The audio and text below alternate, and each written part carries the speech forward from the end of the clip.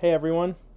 For this week's discussion, I want to talk about the differences between general physical activity and structured exercise, the health benefits of each, and whether structured exercise programs provide enough additional benefits to justify implementing them on a larger scale. To begin, it's important to understand that although these terms are often used interchangeably, they actually describe different concepts. Now, general physical activity refers to any bodily movement produced by skeletal muscle that increases energy expenditure above resting levels. This is going to include stuff like walking the dog, taking the stairs instead of the elevator, gardening, doing household chores, or playing with your kids.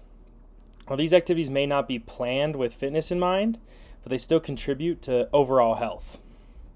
Structured exercise, on the other hand, is a subset of physical activity. It is a planned, repetitive, and performed with the specific goal of improving or maintaining physical fitness. Examples include resistance training, running programs, cycling workouts, swimming laps, or participating in a structured fitness class.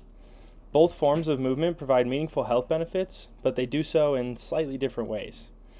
Now, research consistently shows that increasing overall physical activity reduces the risk of cardiovascular disease, type 2 diabetes, obesity, hypertension, several forms of cancer, and premature mortality.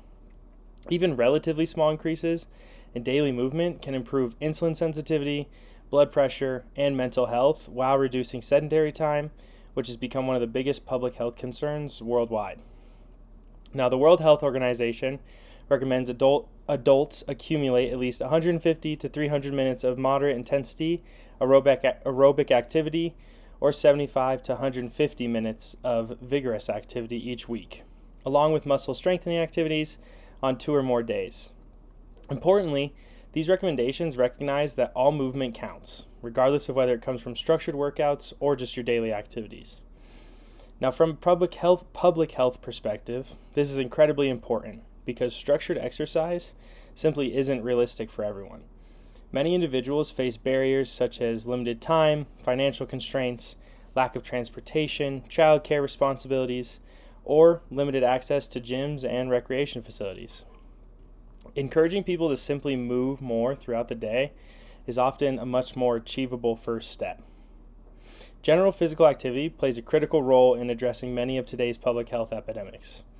Physical inactivity has been identified as one of the leading modifiable risk factors for chronic disease and is also associated with millions of preventable deaths each year worldwide.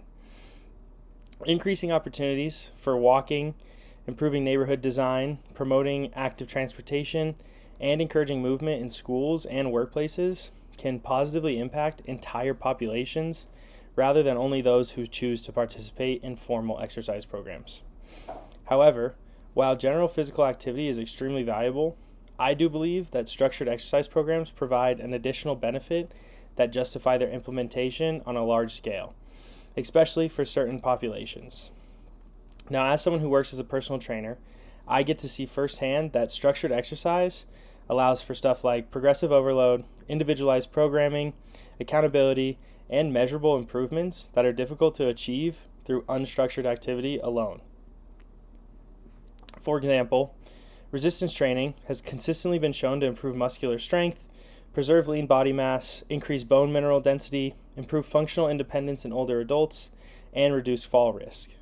Now, these adaptations require intentional programming and progressive increases in workload that everyday physical activity usually does not provide.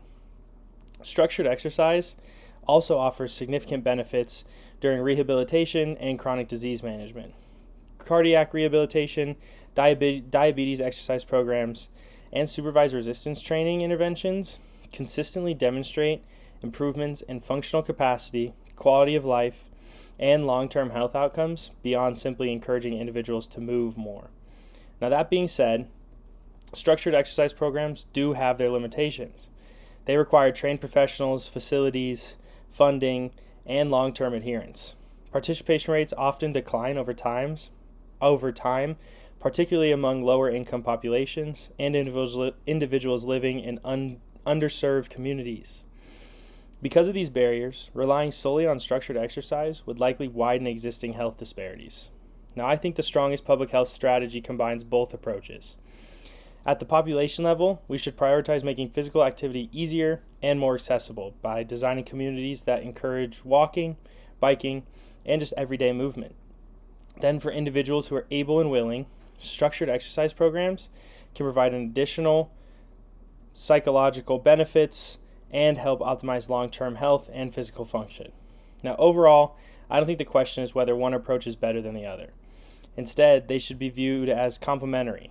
General physical activity forms the foundation of an active lifestyle and reaches the largest number of people, while structured exercise builds upon that foundation to maximize health, fitness, and functional performance.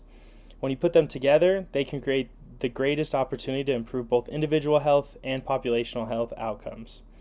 Thank you, and I look forward to hearing everyone else's thoughts.